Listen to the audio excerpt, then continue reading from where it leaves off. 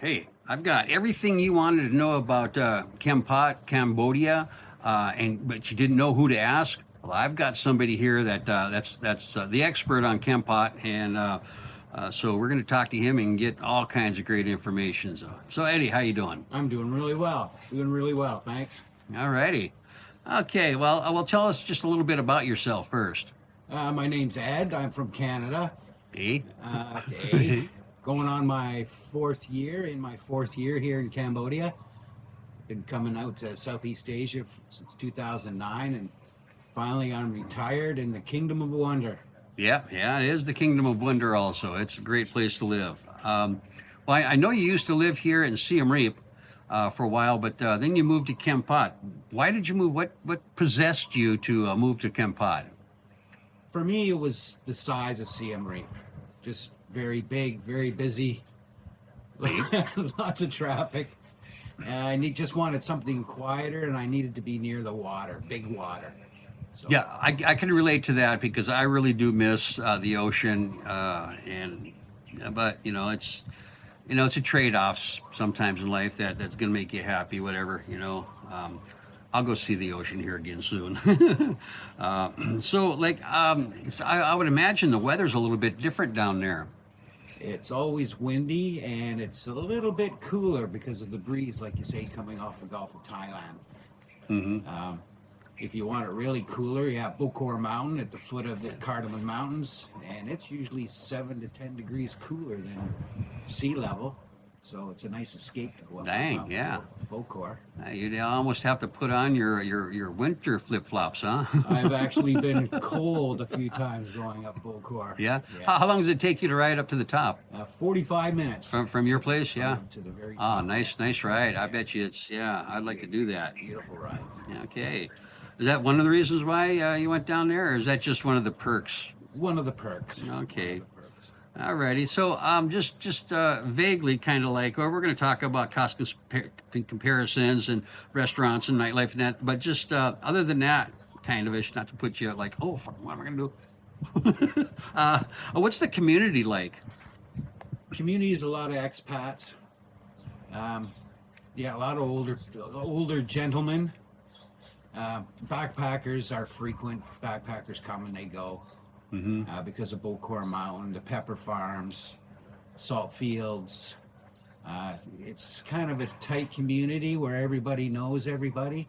And when new people Ooh. come into town, everybody recognizes Yeah. and sees that they're new. Okay. There's 30,000 people in Kampot. Wow. As compared to 120,000 in Siem Reap. Yeah, actually, I think it went up to almost 140,000 last time I looked. I was here for like 2 years before I got that information. I could not find it, and I run across it somewheres. So I know you're up here just visiting, and while you were visiting, you also did some shopping. Why? Did some shopping. Well, today I picked up some insoles for my runners. Hard to find insoles in Kampot. There's a few food items too that you can't find in Kampot that are readily available here in Siem Reap. We have a big Angkor market here in town. Yeah. Hot sauce. So I'm bringing back hot sauce, freezer bags, insoles, tea balls. Yeah. So basically, I mean, you have your necessities there, but not your extra necessities down there. You can't. Yeah. Okay, well, that's a long ways just to go shopping. Yeah. All right. So now we're talking about shopping. What's the cost comparisons? Because you lived up here in Siem Reap for a while, and now you've been living down there. How long have you been living down there? About 2 years? Yeah, just over 2 years now, yeah. Yeah. And we took that trip down when you were heading that way, and I Yeah. stopped halfway and came back home and said, Yeah. no, hell with that. No, just taking the trip.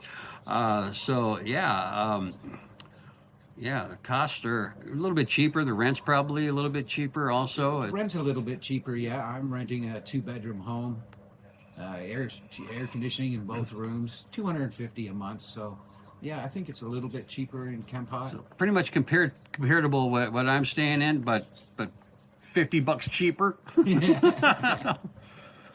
Vanna, we're moving. Okay. Now, I do understand that, because there's a big expat community there, international expat, community. I understand the restaurants are pretty darn good. You got a wide range of restaurants there? Yeah, a lot of French restaurants, a Oui, lot of oui. meringue burger joints, Yeah. Khmer restaurants everywhere. Lots of food carts, just like everywhere else in the country. Hmm. But yeah, there is a wide selection of food there. Do you think the food's better down there or than up here? And we won't talk about your breakfast you had. Inside joke. I'd say it's about the same. Okay. Yeah, nothing more special that you can get there that you can't get here. Yeah. Okay. And then along with the restaurants goes nightlife. Okay. What's the nightlife like there? Lots of live music.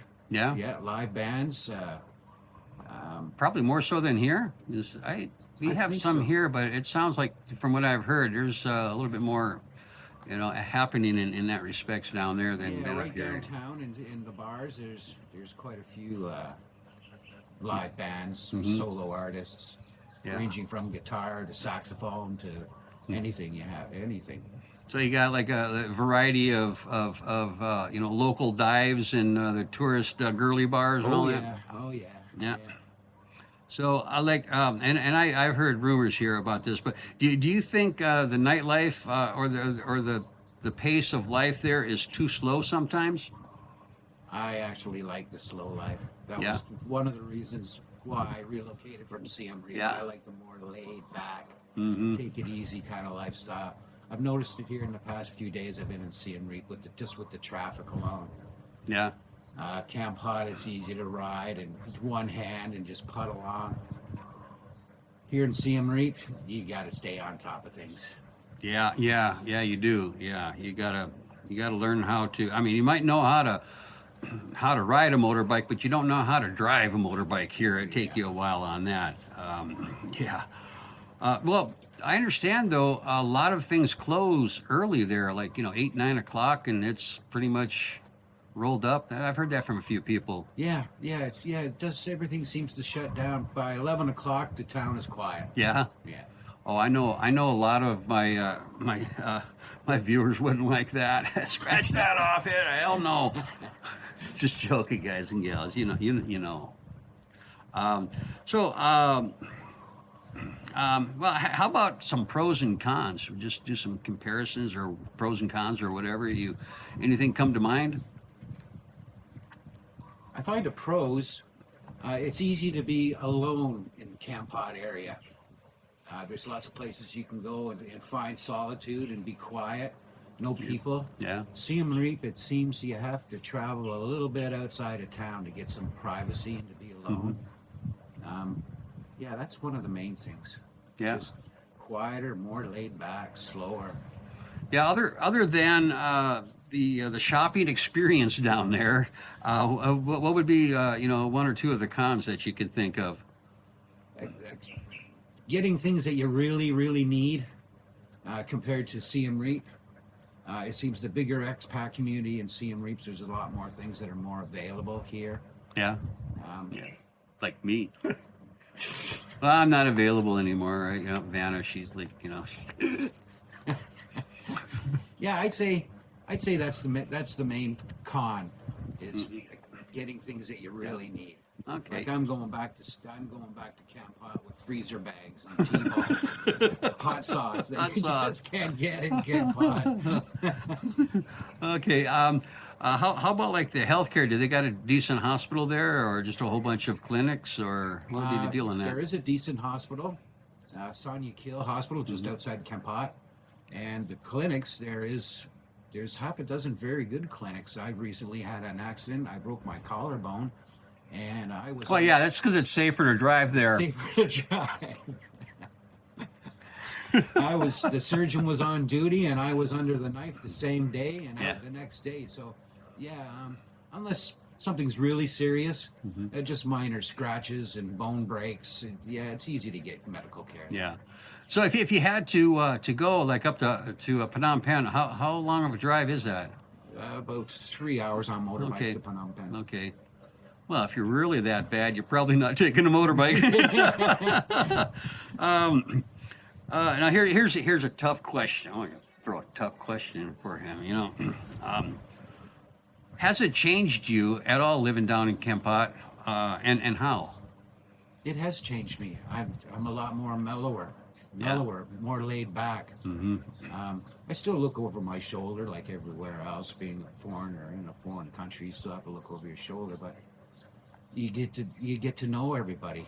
Like all the vendors I go to, Yeah. my Yeah. regular coffee shops. I don't even have to say what I want. They already know what I want. Isn't that sweet here? That Yeah. that is freaking great. I really like that here in Cambodia. Even here in this big booming metropolis of sea and reap, you know, it's the same thing. Yeah, yeah. Okay, hey, how about?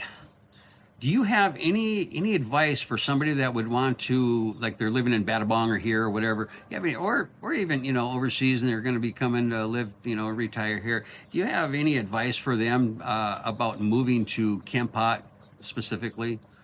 I would actually say move to a bigger city first. Why? Why? That's interesting. Yeah, why? Experience the hustle and the bustle and just the experience of a big city. If you're, say, I'm from Canada, so compare Toronto to Phnom Penh, and then you want to move to the outskirts of town, and then explore something a little bit more quieter, which was what I did. I came to Siem Reap, and I wanted something more quieter, so I went to Kampot. Unless you want to just go all out and move somewhere slow and find out that it's too slow and laid back for you. Yeah. But that's what I did. Big city, and then moved to somewhere quieter. Okay. Okay. Well, that's all I'm going to torture you for today. I really appreciate you doing this interview. And I was delighted when I knew that you were coming up to visit for a while, because it's been a while. Yeah, yeah. And then yesterday when we were having coffee, and I asked you for an interview, and you said yeah, and I'm going, all right, yeah. Yeah, it was enjoyable. It was good to see you again, Yeah. and good sitting in front of the camera, even though as nervous as I am. It was easy. I said, you're just talking to me. No, you're talking to like thousands Yeah, of I people, you know? know. Okay, well, hey, if you're still here, you know you're my #1 fans, and I'll see you on the next one. Bye.